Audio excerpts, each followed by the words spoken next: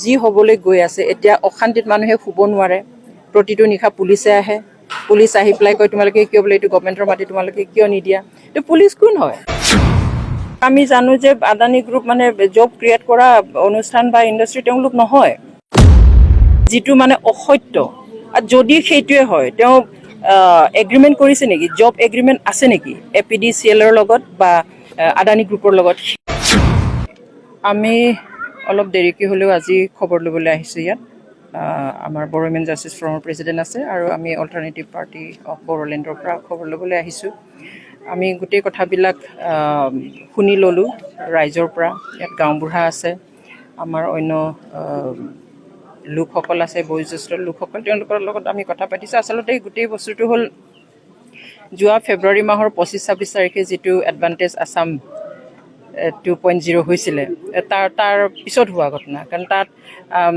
অসম চৰকাৰৰ প্ৰপ'জাল দিলে যে আমি তেনেকৈ এটা পাৱাৰ প্ৰজেক্ট এটা হেৰি কৰিম এইটো পাৱাৰ ডিষ্ট্ৰিবিউশ্যন হয় আচলতে এইটো পাৱাৰ জেনেৰেশ্যনৰো মানে হেৰি নহ'ব এইটো প্লান্ট নহ'ব সেইটো হ'ল ডিষ্ট্ৰিবিউশ্যনৰ প্লান্ট হ'ব চ' সেইটোৰ কাৰণে ইয়াত মাটি দেখিলে তো সেইটো চৰকাৰী মাটি বুলি অসম চৰকাৰৰ কেবিনেট বৈঠকত এইটো সিদ্ধান্ত ল'লে যে কোকৰাঝাৰ ডিষ্ট্ৰিক্টৰ এইটো পৰ্বতজোৰা এৰিয়াৰ এই বাঁশবাৰী ফাগলিজৰা আৰু এইটো দুকিচুকী এৰিয়া এইখিনিত মানে মাটিটো দিয়া যাওক 3000 বিঘা মাটি সেইটো লিখা আছে BTC চৰকাৰে দিয়া নটিছখনত আৰু যিটো পৰ্বতজোৰা চাব ডিভিজনেল লেণ্ড এডভাইজৰী বোৰ্ডে লিখা মতে সেইটো 3600 বিঘা লিখা আছে যিটো মানে APDCLক দিছে আৰু APDCLে সেইটো আদানী গ্ৰুপক দিব তো এতিয়া কথাটো হ'ল যে এইটো হ'ল প্ৰথম কথা হ'ল এইটো 6 কিডেল এৰিয়াত থকা মাটি আৰু ট্ৰাইবেল বেল্ট এণ্ড ব্লকৰ আণ্ডাৰত থকা মাটি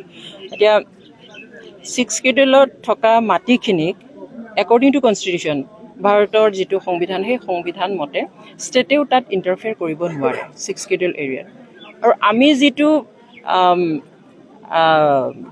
BTCৰ যিটো নটিচ দেখিছোঁ সেই নটিচখনত লিখা আছে যে অসম চৰকাৰৰ কেবিনেটৰ সিদ্ধান্তৰ ওপৰত নিৰ্ভৰ কৰিহে তেওঁলোকে নটিচটো ইছ্যু কৰিছে বা এপ্ৰুভেলটো দিছে তাৰমানে কি অসম চৰকাৰহে এলটমেণ্টটো দিছে আৰু সেইটো ছাপৰ্ট কৰিছে বা এপ্ৰুভ কৰিছে BTC গভৰ্ণমেণ্টে যিটো হ'বই নোৱাৰে এইটো BTC গভৰ্ণমেণ্টে কিবা সিদ্ধান্ত ল'ব পাৰিলেহেঁতেন কিন্তু ল'লেও আগতে এইটো পাব্লিকৰ পৰা বা অন্য দল সংগঠনৰ পৰা প্ৰায়ৰ কনচেণ্ট এটা ল'ব লাগে ইমান ডাঙৰ যদি এটা প্ৰজেক্ট আহিব সেইটোৰ কাৰণে ইয়াৰ পজিটিভ নিগেটিভ কি ইম্পেক্ট হ'ব সেইটোৰ বিষয়ে লোকেল মানুহক লৈ পেলাই বিভিন্ন দল সংগঠন সকলোকে লৈ পেলাই আচলতে এটা প্ৰায়ৰ কনচেণ্ট এটা ল'ব লাগিছিল আৰু কি ৰাষ্ট্ৰসংঘটো এইটো আমাৰ ইণ্ডিজিনিয়াছ ট্ৰাইবেল লোকসকলৰ কাৰণে যিটো অধিকাৰ ঘোষণা কৰা আছে তাতো আছে যে ইভেন চৰকাৰেও যদি কিবা এটা কৰিব খোজে যে ইণ্ডিজিনিয়াছ লোকসকল থকা বা ট্ৰাইবেল লোকসকল থকা এৰিয়াত তাত মানে কনচেণ্ট নোলোৱাকৈ মানুহৰ প্ৰায়ৰ কনচেণ্ট নোহোৱাকৈ তাত কাম কৰিব নোৱাৰে আৰু এইটোতো ডাঙৰ কথা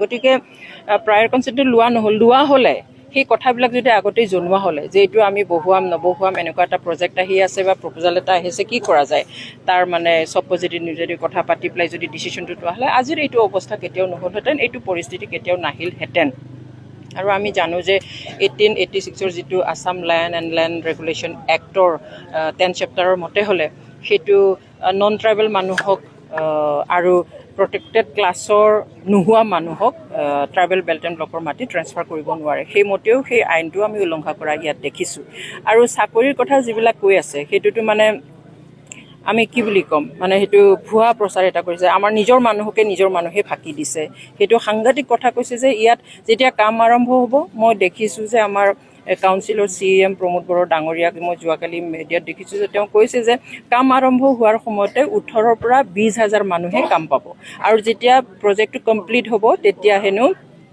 8,000 পৰা 10,000 মানুহে পাৰ্মানেণ্ট জব পাব যিটো মানে অসত্য আৰু যদি সেইটোৱে হয় তেওঁ এগ্ৰিমেণ্ট কৰিছে নেকি জব এগ্ৰিমেণ্ট আছে নেকি APDCLৰ লগত বা আদানী গ্ৰুপৰ লগত সেই যদি জব এগ্ৰিমেণ্ট কিবা এটা আছে যে 10,000ৰ পৰা মানে 10,000 মানুহে চাকৰি পাব সেইটো আমাক দেখুৱাব লাগে ৰাইজক দেখুৱাব লাগে আৰু যদি বোলে কাম আৰম্ভ হওঁতেই বোলে 18,000 পৰা 20,000 কাম পাব সেইটোও দেখুৱাব লাগে যদি এগ্ৰিমেণ্ট আছে আৰু এনেকৈতো মানুহক ফাঁকি দিলেতো নহ'ব এনেই নিজৰ মানুহক এনেই মানে হেৰিটো ওপৰৰ মানুহখিনিক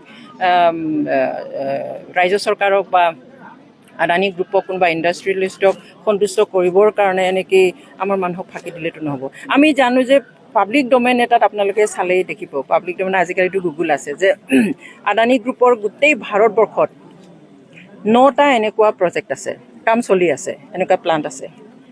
তাৰ এই গোটেই 9টাত একেলগে এতিয়ালৈকে চাকৰি কৰি থকা, জব কৰি থকা মানুহৰ সংখ্যা 3,315জন মাত্ৰ। ইয়াত আকৌ এটাতেই 8ৰ পৰা 10,000 চাকৰি পাব বুলি কৈছে। সেইটো কেনেকৈ সম্ভৱ? আৰু আমি জানো যে আদানী গ্ৰুপ মানে জব ক্ৰিয়েট কৰা অনুষ্ঠান বা ইণ্ডাষ্ট্ৰি তেওঁলোক নহয়, তেওঁলোকে জব ক্ৰিয়েট কৰাই নহয়। গতিকে আৰু এইটো হাইলি ট্ৰেইনড ইঞ্জিনিয়াৰ বা টেকনিচিয়ানবিলাকে কাম কৰিব, তেওঁলোকে পাৰ্মানেণ্টলি কাম কৰিব।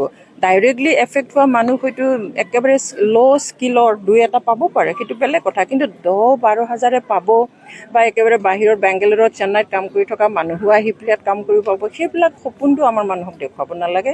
আৰু যদি তোমাৰ মানে দিবলৈয়ে ইচ্ছা, তেনেহ'লে ভালকৈ কথা পাতক। এতিয়া তামোল গছ এজোপাৰ কাৰণে যদি কাৰোবাৰ গৈছে বাৰীত, তেনেহ'লে 600 টকা দিম বুলি কৈছে। তাৰপিছত এজোপা চাহ গছৰ কাৰণে 2,000, এজোপা ৰবাৰ গছৰ কাৰণে 1,500 টকা দিম বুলি কৈছে। এইটো ওৱান টাইম পইচা দি পেলাই কি কৰিব? আৰু মানুহৰ ঘৰটো ৰাখিব, বাৰীৰ পৰা মানে হেৰি হ'ব, তাৰমানে সেইটো তাৰমানে তাত প্লাণ্টৰ কাৰণে সেইটো ইউজ কৰা হ'ব, প্ৰজেক্টৰ কাৰণে মাটি। কিন্তু মানুহেতো খালি ঘৰটো লৈ থাকিব নোৱাৰে, খেতিৰ বাৰী বাগান লাগিব, পথাৰ লাগিব। আৰু এটা কথাটো হৈছে কি, এতিয়া এইবিলাক প্ৰজেক্ট যেতিয়া থিয় কৰায়, তেতিয়া ইয়াৰ আশে পাশে কিমান ওচৰলৈকে মানুহ থাকিব পাৰে? আমি জনাততো এনেকুৱা যদি পাৱাৰ প্লান্টেশ্যন প্ৰজেক্ট বনায়, তেতিয়াহ'লে অন্ততঃ 10 কিলোমিটাৰলৈকে কোনো জীৱ জন্তু বা মানুহ থকাটো উচিত নহয়। কিন্তু এতিয়া সেইবিলাক ষ্টাডি কৰিছেনে নাই? কাৰণ এইটো হঠাতে মানে এডভান্টেজ আছামৰ আউটকাম হয়। গতিকে সেইবিলাক ষ্টাডি নকৰাকৈ ফেব্ৰুৱাৰী শেষত সেইটো হ'ল, তাৰপিছতে এপ্ৰিলতে ইয়াত দলে বলে আহি পেলাই জাগা চাবলৈ আহিলে, মানুহে একোৱে গমেই নাপালে।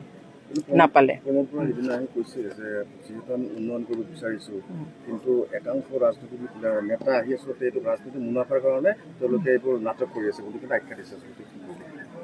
সেইটোতো উন্নতিটো চবেই বিচাৰে, আমিও উন্নয়নৰ বিৰোধী নহওঁ। কিন্তু উন্নয়ন কৰিবলৈ গৈ যদি মানুহৰ ক্ষতি হয় বেছিকৈ, য'ত মানুহৰ বেছি ক্ষতি হয়, মানুহৰ অধিকাৰ খৰ্ব হয়, সেইটো উন্নয়ন একচেপ্টেবল নহয়। উন্নয়ন সকলো ফালৰ পৰা একচেপ্টেবল হ'ব লাগিব। ইয়াত ৰাজনীতিৰ কৰা কোনো কথাই নহয়। এতিয়া হয়তো আমাকো ক'ব যে ৰাজনীতি কৰিবলৈ আহা বুলি, কিন্তু আজি আমাৰ প্ৰথম প্ৰায়ৰিটি হ'ব লাগিব মানুহৰ মাটিৰ অধিকাৰ, প্ৰথম প্ৰায়ৰিটি হ'ব লাগিব মানুহৰ আইডেণ্টিটিৰ, প্ৰথম প্ৰায়ৰিটি হ'ব লাগিব মানুহৰ উন্নত জীৱন মানদণ্ডৰ। গতিকে ইয়াত যি হ'বলৈ গৈ আছে, এতিয়া অশান্তিত মানুহে শুব নোৱাৰে, প্ৰতিটো নিশা পুলিচে আহে, পুলিচ আহি পেলাই কয় তোমালোকে কিয় বোলে এইটো গভৰ্ণমেণ্টৰ মাটি তোমালোকে কিয় নিদিয়া? এইটো পুলিচ কোন হয়? আহি পেলাই তোমালোকে মাটি এৰি দিয়া বুলি ক'বলৈ পুলিচৰতো কোনো অধিকাৰ নাই। কোনে কোৱাইছে তেওঁলোকক? কোনে পলিটিক্স কৰি আছে? আচলতে মাটি দিয়াটো, কাৰোবাক সন্তুষ্ট দি মাটি দিয়াটো পলিটিক্স নে? দুখৰ সময়ত এইটো অন্যায় হোৱাটো, কনষ্টিটিউশ্যনেল মানে ৰাইট যিটো, সেইটোৰ বিৰোধী হোৱাটো, মাত মাতাটো, সেইটো পলিটিক্স। সেইটো তেওঁ বুজিব লাগিব। এতিয়া আমি শুনিলোঁ যে ভাৰত স্বাধীন হোৱাৰ পিছৰ প্ৰথম যিটো 1956ত ইলেকশ্যন হৈছিল, নিৰ্বাচন হৈছিল, সেই নিৰ্বাচনত অংশগ্ৰহণ কৰিছে এই গাঁৱৰ মানুহে, ভোটাৰ লিষ্টত নাম আছে। মানে এই 1956ত প্ৰথম ভাৰত স্বাধীন হোৱাৰ পিছৰ প্ৰথম ইলেকশ্যন, তাতেই তেওঁলোকে ভাগ লৈছে। সেই মানুহখিনি যদি ঘৰ এৰিবলগীয়া হয়, গাঁও এৰিবলগীয়া হয়, নিজৰ মাটি বাৰী খেতি বাৰী চব এৰিবলগীয়া হয়, তেওঁলোক দুখ নাপায় কোনে পাব? আৰু সেইখিনি যদি আমি প্ৰায়ৰিটি দিব নোৱাৰোঁ, চৰকাৰখন ৰাইজৰ কাৰণে, ৰাইজে চৰকাৰ কৰিছে আৰু চৰকাৰো ৰাইজৰ কাৰণে। গতিকে যদি ৰাইজটোক আমি মানে আগস্থান যদি নিদিওঁ, এনেই কোনোবাই ষ্টাডি কৰি পেলাই কথাটো কৈছে, তেওঁলোকক যদি পলিটিক্স কৰা বুলি কয়, তেনেহ'লে তাতকৈ আৰু দুখ লগা কথা একো নাই আৰু। Thank U.